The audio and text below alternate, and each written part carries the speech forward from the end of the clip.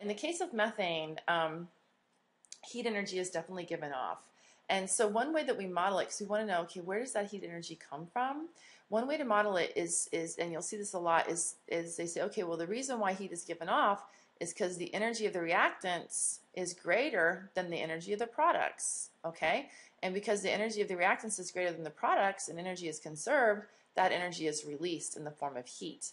And in this case, this particular chemical reaction is 1 mole of methane reacting with oxygen to give carbon dioxide and water. And the heat that's given off is 802.3 kilojoules. And you notice that because they're stating here the energy difference, which is the change in energy, the energy difference, it's a negative number.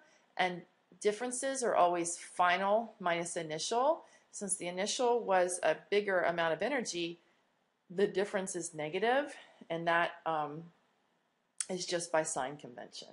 Okay, and when we talk about this energy of the reactants, what is the energy? This is really the potential energy of the reactants and the potential energy of the products. And the potential energy has to do with the position of all these atoms in relationship to each other.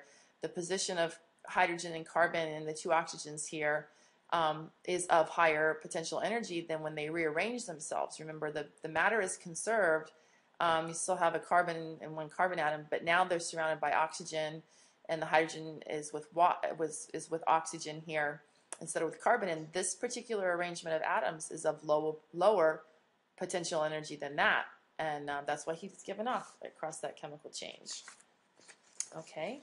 And then finally, the language that we use when we're describing this, every time you have a chemical or a physical change for that matter, there's an accompanying change in energy every single time. So every time we have a chemical change, there's going to be some kind of change, and the change is either going to be an endothermic or an exothermic. In an endothermic reaction, the energy of the products is going to be greater than the energy of the reactants. So in that case, you've gone from a lower energy to a higher energy situation.